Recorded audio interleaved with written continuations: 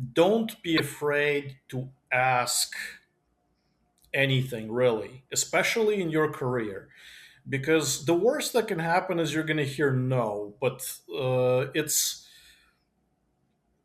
it's actually a good thing to hear no and realize maybe this place is not for me. But ask about opportunities.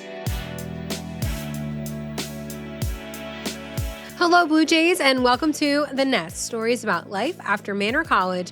I am your host, Kelly Pfeiffer, Vice President of Marketing Communications, and this is the best part of my day. My hope is that this podcast will encourage, inform, and inspire you, making you feel like at Manor College you belong here always. Before we get to today's guest, it is time for a segment of the show I like to call Blue Jays Spotlight. This week, we'll be highlighting Brandy Torres, a freshman at Manor College from Northeast High. Torres is a member of Manor College's baseball team and was on the fall 2025 Dean's List. Hello, I'm Brandy Torres. I'm a freshman here at Manor, and I'm from Northeast Philadelphia. I feel like I belong here because of the constant outreach I'm getting from all my professors, and the tight-knit community really does allow me to just connect with everybody. I feel like every day I walk through the hallways, I'm able to just have tons of conversations with all my classmates.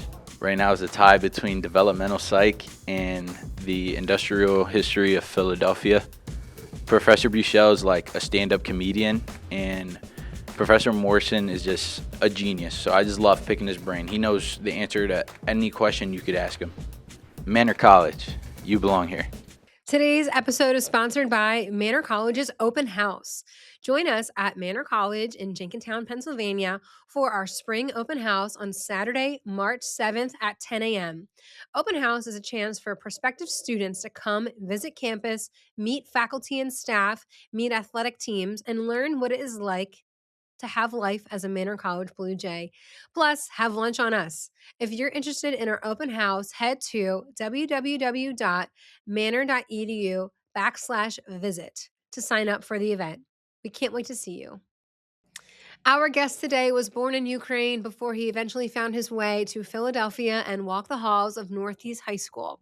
As a first generation American college student, he balanced a full time career with his studies, proving that grit is just as important as a syllabus. During his time at Manor College, he focused his energy on studying business administration with a concentration in computer science, working closely under the mentorship of his faculty advisor, Norma Hall. After earning his associate degree in 2004, he navigated the complex world of higher education, learning firsthand the vital importance of choosing reputable institutions. Today, he serves as the sales, tools, and automation architect at Pure Storage. Please welcome to the show, Eugene Glik. Hi, Eugene. Thanks for being with us today. Thank you, Kelly. Hello to you as well. So, take us back. How did you first learn about Manor College and why did you choose to attend? So it's an interesting story. In high school, I got involved with a program called YouthWorks, and there was a Manor faculty member that was part of the staff running that program. And besides education, they were also taking us across the state, looking at different schools and colleges. This is how I learned about, you know, Holy Family, Bloomsburg Manor, and ultimately that program is what led me to Manor, to apply for a scholarship at Manor, being accepted, and having a rather successful couple of years, though maybe some of my instructors would disagree. That's great. What a great program. Something that I kind of equate it to today, we have a thing called dual enrollment where you could have like a college professor teaching in a high school class, then you can get credits in high school for college. But I haven't heard of anything of what you just described that's like modern day, what we have where they take you across and they take you to multiple schools and kind of take you on tours. That's really neat. So do you remember what was it about Manor comparing to the other schools that you saw that like stood out? What were the some of the factors that really played into you choosing it? Sure. So while I always knew that I'm a techie at heart, and I've been doing what I'm ultimately still doing since I was 13, Manor. Uh, allowed me some room to actually decide what my career will be. I didn't know whether I will succeed in college. I was an average high school student. I was still learning what adult life is, and I had to work. I was already working before coming to Manor, and balancing school and life was very important. And Manor was only 15 minutes away from home, so that also helped. But in general, it was a smaller school. The staff was very friendly, and my soon to be advisor was very accepting of my horrible sense of humor when I was there for an orientation. So uh, it just felt right. That's great. That's great. It was convenient, it was flexible, friendly, all things that even now, 22 years later, still hold true for sure. What was your job that you had while you were a student? So I had a multitude of jobs. When I started, I was installing dish network with my father. I was uh, running a couple of gas stations as an assistant manager, and later, while still at Manor, I actually started teaching in technical school, which was an interesting step in itself. Okay, so you've done it all already, and you don't even have a degree. That's Yeah, pretty. that was Yeah, a thing I had to get. yeah. That was impressive. Eugene, our students today, 85% of them are working while in college. And of that 85%, about 50% are working full time. So it's very common for our students today to be kind of doing what you did. They have jobs overnight, dog walkers, caretakers, all sorts of different jobs, restaurants, waitresses. Some are work in daycares. So it's really common for our students to need flexibility. It's not like a wish list item. It's like I need to have it. So it's really neat to hear that your story still kind of resonates with what our students are going through today. So what was your Manor experience like? What was it like for you, and what was your classes like, and kind of what was take us back. What was it like for you as a student? Oh, my actually my first day, I figured out where the learning center is. I don't know if it's still there on the first floor, but made my way over there, and I made my first friends by accidentally confusing which computer is mine and which is the person next to me, and power cycling that one. That was an interesting, stressful experience, but everybody was very friendly. Everything was easy to find, and really, it felt very different from Northeast High because, as you know, Northeast is a huge school Yeah. with like you barely know your classmates. Mm. Manor felt nothing like that. Pretty Mhm. sure everybody I met on my first day and second day were the people I spent the next 2 years with. Sure. Yeah, And absolutely. their challenges and my challenges were very similar, and we learned to work together. Mm. I love that. Yeah, definitely different than Northeast High, where it's just like a sea of people all the time. Manor, I always like to say, like, we don't just know your name, we know things about you, you know things about us, very much like a family for better and for worse. So it's a good thing. Our tagline now is "You belong here," and we adopted that back in 2017. And I hear time and time again that it really rings true for many people. They do feel like they belong here because of that close knit, feel that they have on campus. So, why did you choose to study business administration and then the concentration in comp sci? I know you mentioned that you've always been a techie at heart, but what about business and comp sci that really was like, okay, this is going to be my focus, my career? So I always knew that at some point I will be running a business, which I did many times over the last 20 years. And I knew that I was lacking a certain foundation. Hmm. While tech is easy. You start in tech, especially in consumer tech, and you spend a couple of months, couple of years, but you get good at it. It just happens organically. The business side of things, well, that doesn't just happen. The mistakes there cost you real money, real quick, and have very serious consequences. Hmm. So, business courses to me were very logical. And I'm very happy that I went that way because even if you don't end up running a business, all of these concepts transfer over. They literally transfer over to your normal day to day life, and it just works. Right, it's practical. It's going to be helpful in some way somehow, and that's really neat. Um, and it's something that kind of stand the test of time. You're going to learn concepts and values and things that like will work right away, what might not pull into play until 20 years down the road. So I think that's really good for anyone who wants to study business or business administration. So tell us about the work that you're doing today, Eugene. You're working at Pure Storage, and you kind of have a longer title, Sales Tools and Automation Architect. But what does that mean? And tell us some more about that.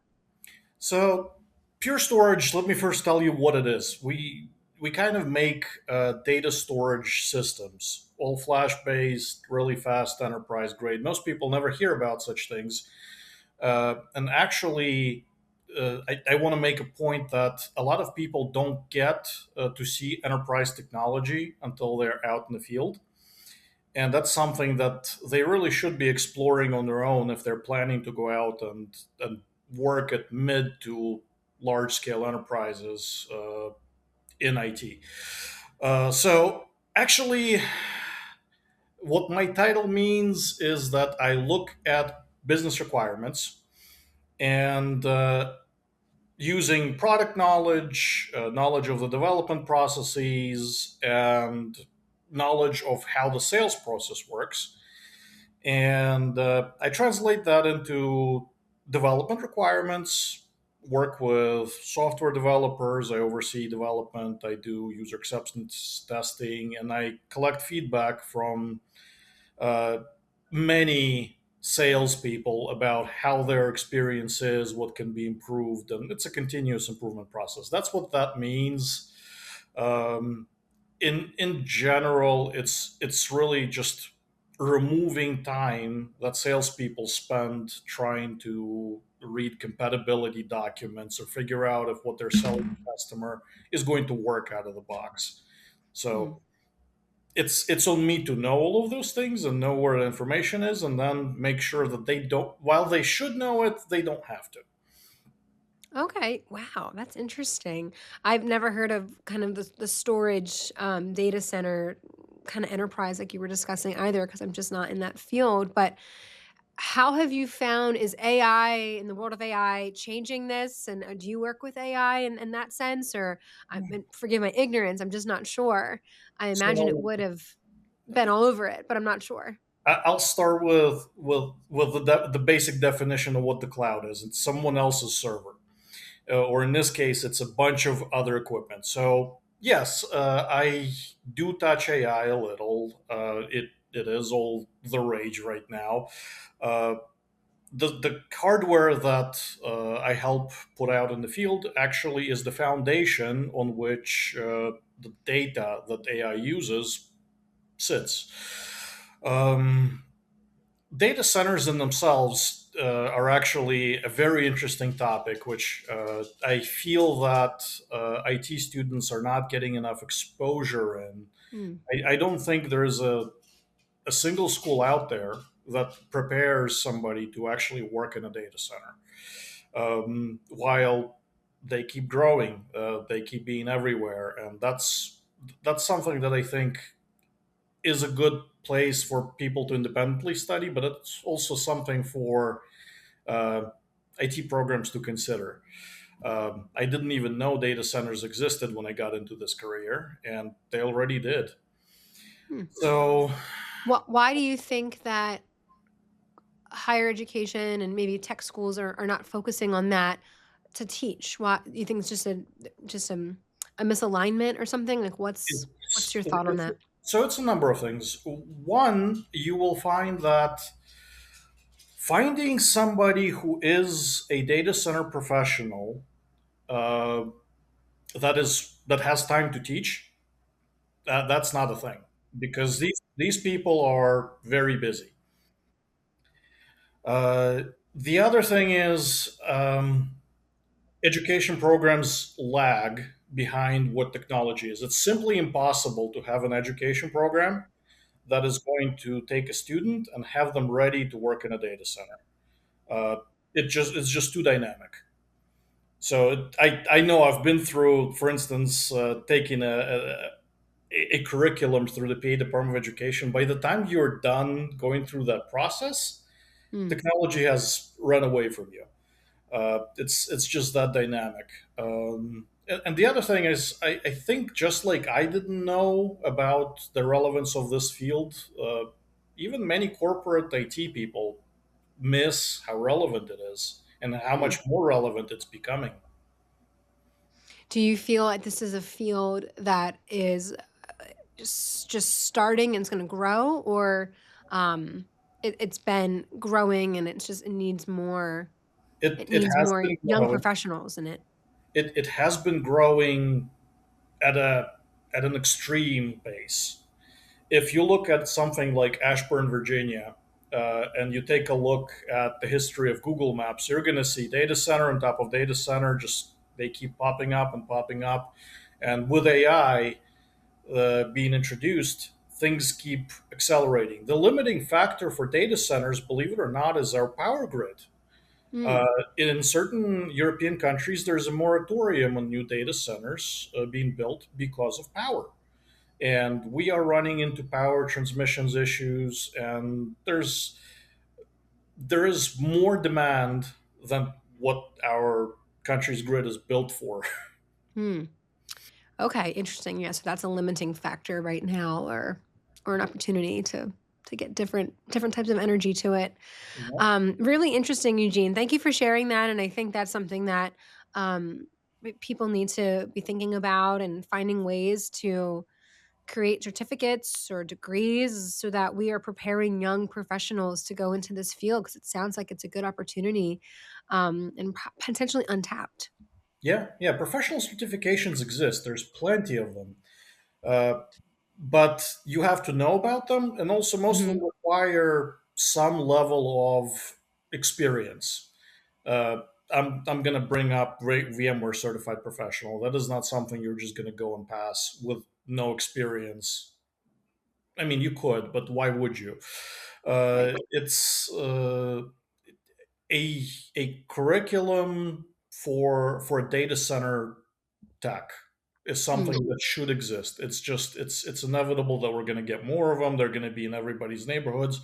As much as I perhaps don't like that one's going to be in my backyard, but it will be. A good Sure. example is Ashburn, Virginia. Like if anybody wants to look at the dynamic, they can look there. They can look at Vegas and Mm. see how many data centers are there.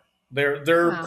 they're situated around where infrastructure for ISPs and infrastructure for power converge. Gotcha. Do you know how many, or are there a lot in Philadelphia or in like the Delaware, There's county a area? few in Philadelphia. You would never guess where they are. For example, on Broad and Spring Garden, there is three. So Uh, they don't stand out as different in a sense. They just kind of blend in with just, they, buildings and. they can be in an old building. They can be a brand new warehouse type building. Mhm. It people repurpose buildings all the time, Sure. and yeah, if you go around Broad and Spring Gardens, see if you can spot them. They're very easy to spot if you know what to look for. You're looking for backup generators, large cables coming out of the ground, and a lot of hot air being blown into the street. Sounds like a fun, like, road trip game, like, spot the data centers. Yeah, yeah, yeah. Um, So that's if cool. if these are fresh built ones, they look just like a warehouse. If this is something that historically happened somewhere, they're in these high rises. They might be on multiple floors. Yeah. Nice. Wow, well, that's interesting. So, Eugene, as college students are going throughout their experiences at Manor and in other institutions, and you've been through the college process now. What would you say is some advice that you would give to particularly Manor students today, based on what you know? The people you meet are important. My first software development job was found through my classmate at Manor. Uh, these people are going to stay with you all your life if you treat them well, and this network is very powerful. Um, Build it, maintain it, and it'll do great things for you, and you will do great things for it. The other piece of advice is don't be afraid to ask anything, really, especially in your career, because the worst that can happen is you're going to hear no, but it's actually a good thing to hear no and realize maybe this place is not for me. But ask about opportunities, suggest things. You will be surprised how many times somebody will listen to you and say, well, that's a great suggestion. How about you research it more and pitch it to me? This happens a lot more than people think. Uh, just just be open to asking, be open to actually getting an unexpected answer, and just be dynamic. The days of staying somewhere for decades, I mean, there's places where you can do that, but that time really is gone. And you want to realize quickly whether the place you're working at is not dynamic, is not keeping up with the times, and you want to find something that suits you. And the other thing you really want to keep in mind is really be true to yourself. If the place you work at doesn't feel right, start looking. Yeah, that's great. I think all of that can kind of tie back into like what you first said about, knowing people and keeping in contact and make good connections, because you never know when those connections could come in handy when searching or when finding a new opportunity. Or I read something recently, someone's posting, it was a coach, and he was like, Meet people and then make connections based on the people that you meet. Like, always be a connector within folks, because that's how people tend to like you, because you're that person who's going to find them and help them, and be really thoughtful around that. So I think that's great advice, Eugene. Thank you for sharing that. Eugene, we wish you the best of luck in the rest of your career, and know that Manor is always here cheering you on. And as we like to say for our alumni, you belong here always. Thank you for spending the time with us today, and we wish you nothing but the best. Thank you, and I hope for Manor's continuing success. Thank you for tuning in today. If you like what you heard, listen and subscribe on Spotify or YouTube. Stay up to date with all new episodes of our alumni by following Manor College on Instagram at Manor College. And that's a wrap on another episode of The Nest, stories about life after Manor College. Remember, Blue Jays, you belong here always.